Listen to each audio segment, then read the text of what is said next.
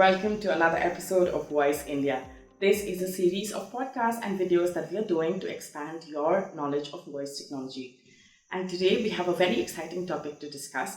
We're going to help you get started and help you build your first AOG or action on Google. And Google makes it much easier for people to develop their first AOG by giving them access to a bunch of tools.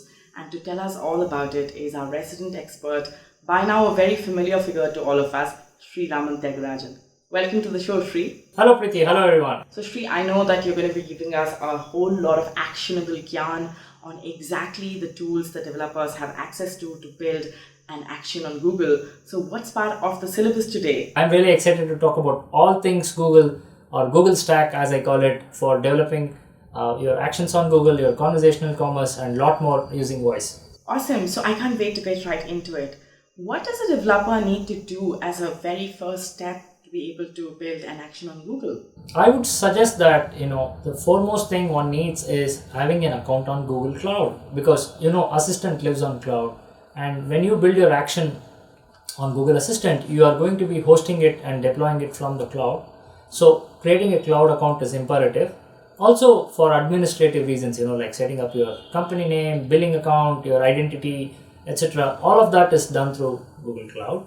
And then, identity and user management. Let's say there's a team of 3 people working on developing your action on Google. One could be doing design, one could be doing the logic and backend, one could be doing the front end code.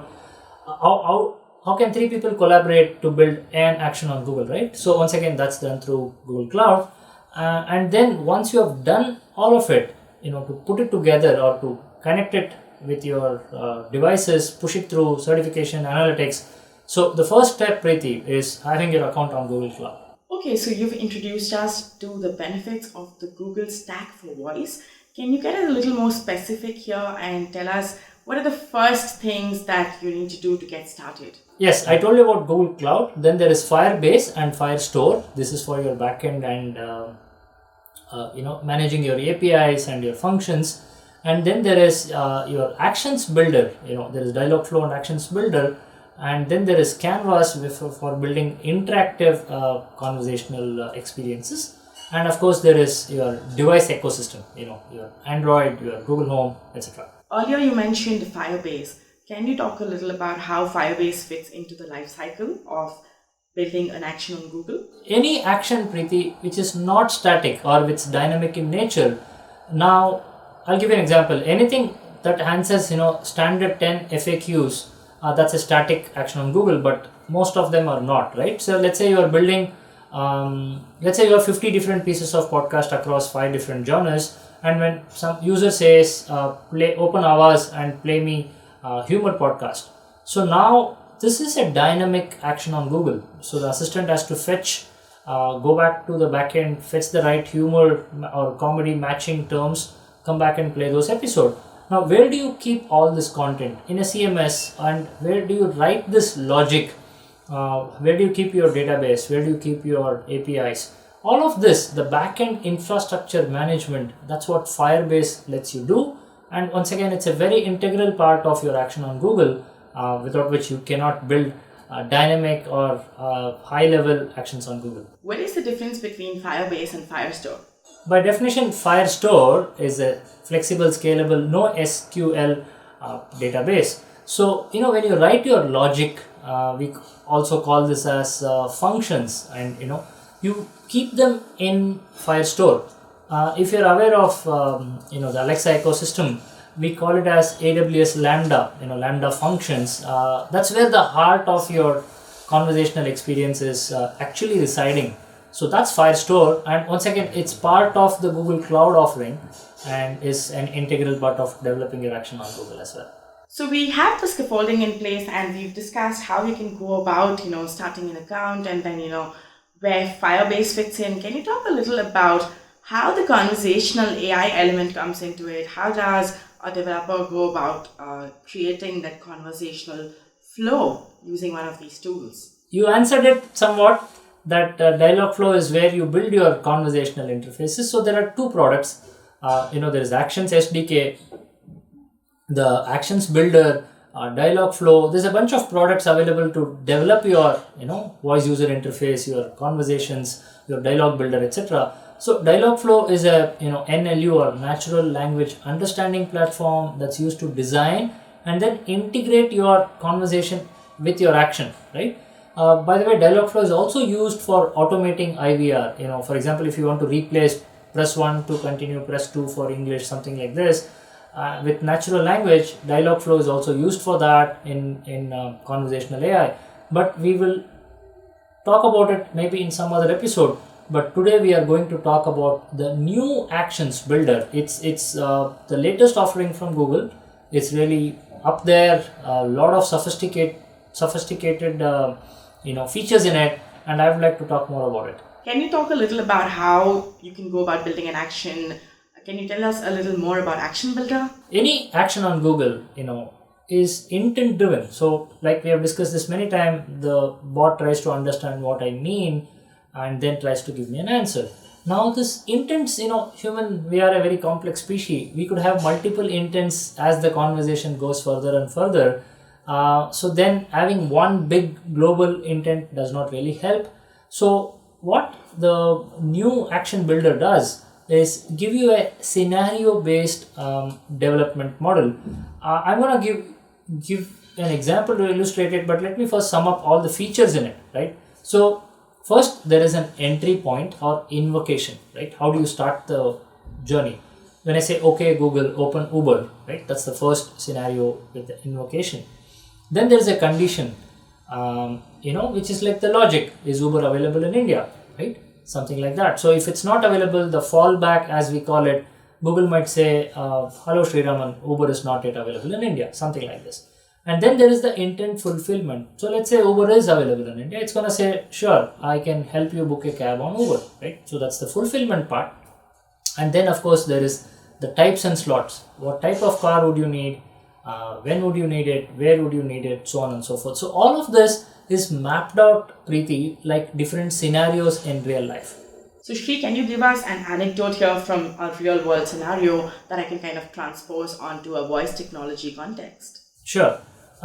Let's take welcome intent, which is pretty much the opening of any action on Google, right? And let's say I walk into a large hotel and at the door there is the doorman. He may let me in with a greeting saying, welcome to this hotel, sir. That's a welcome intent, right? Or I'm not let in, that's a fallback.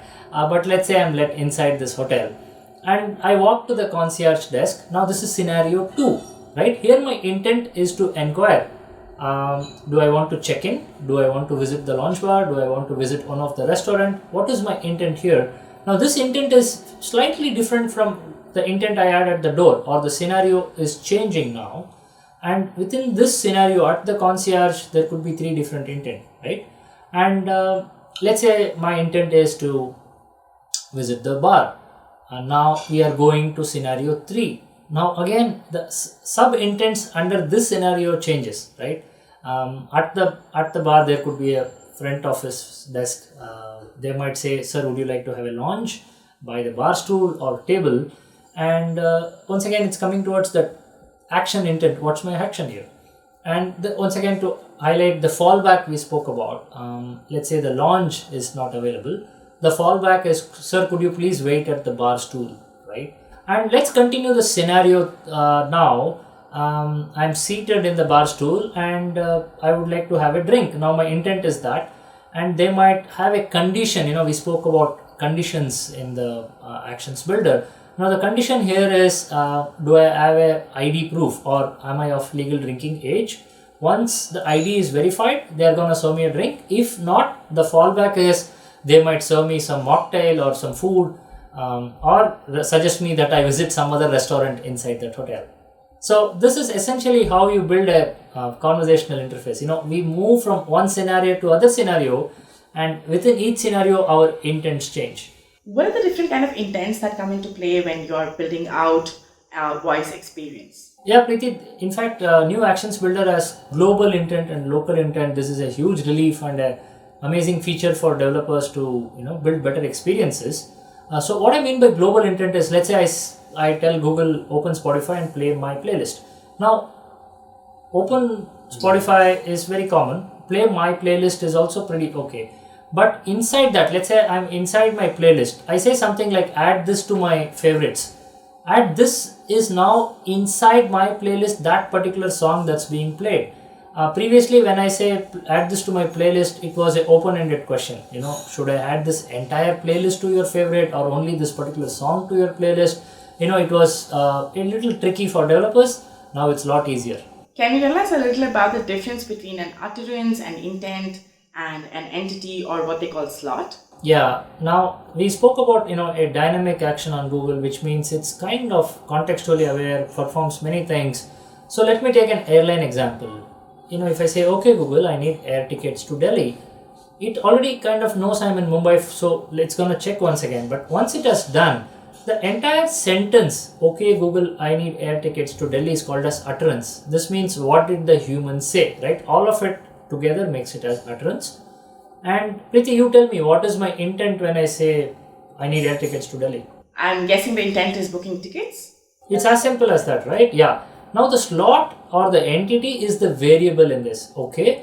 I could have said something like, I need air tickets to dash, right? It could be Pune, Delhi, Ahmedabad, Varanasi, it could have been any city. So that's a variable, which is called as a slot or an entity. We could also think about entities further in the same conversation. Is it an one-way ticket? Is it an economy ticket or a business class? Which air carrier would you prefer? What is the date you want to fly? What is the time preference? Morning, evening, midday? What preferences would you have? So there is a bunch of sub-variable under the intent that I want to take an air ticket, right? So these are all the terms. Utterance is everything you said. Intent is what you want to do. Slots is the customization around what you want to do. I know that a lot of Google Home devices come with visual displays as well. And how can a developer actually take advantage of this voice plus visual environment? One of the awesome product right now out there is called as Canvas or interactive canvas, available for developing immersive games, stories. For example, if I were to develop something using animated characters, or if I'm trying to tell a Panchatantra story to my kids, now imagine there are display devices with Google Assistant, and I could really bring those characters or those animals from Panchatantra to life, and they could be jumping around, hopping around, or flying around as the story progresses, right? So all of these kind of experiences, rich immersive multimedia experiences for display devices, are being made possible with interactive canvas. So that's what it is. What happens once you publish an action? Right. So tactically, first few steps is, let's say you have developed your actions on Google, you're going to publish it, ensure you have your terms and conditions, privacy policies, your description, all those things, right? So let's say your action is published. There is a lot more. Today, almost every other business already have an app. It could be a food ordering, cab booking, photos, movies, content, podcast, music. When people say, okay Google, play my playlist from Spotify, there is a linkage here called as app actions. So people are telling, okay Google, take a selfie. That means the camera app has to come to life and take a selfie. Same way, I can say open Spotify and play my playlist. All Spotify needs to do is add few lines of code called as app actions, and then when user says open Spotify and play my music, it knows exactly what to do. This is one way that you could connect your actions on Google with your existing app. Thank you so much, Sri, for a very helpful and insightful conversation as always. I'm sure that a lot of developers who are on the fence about building their first AOG have been inspired to take up the challenge and start building their first AOG thanks to the Google Stack for Voice that you told us all about. Thank you so much, Preeti. I enjoyed the conversations too. Appreciate you hosting this. And for our listeners, if you have any further questions, please leave comments and we will get back to you as soon as possible. This brings us to the end of this episode of Voice India. We hope that you found it useful. Tell us how you're doing. Talk to us in the comment section and share this video with your friends and your network if you found it helpful. This is me, your host, Preeti Prakash, signing off.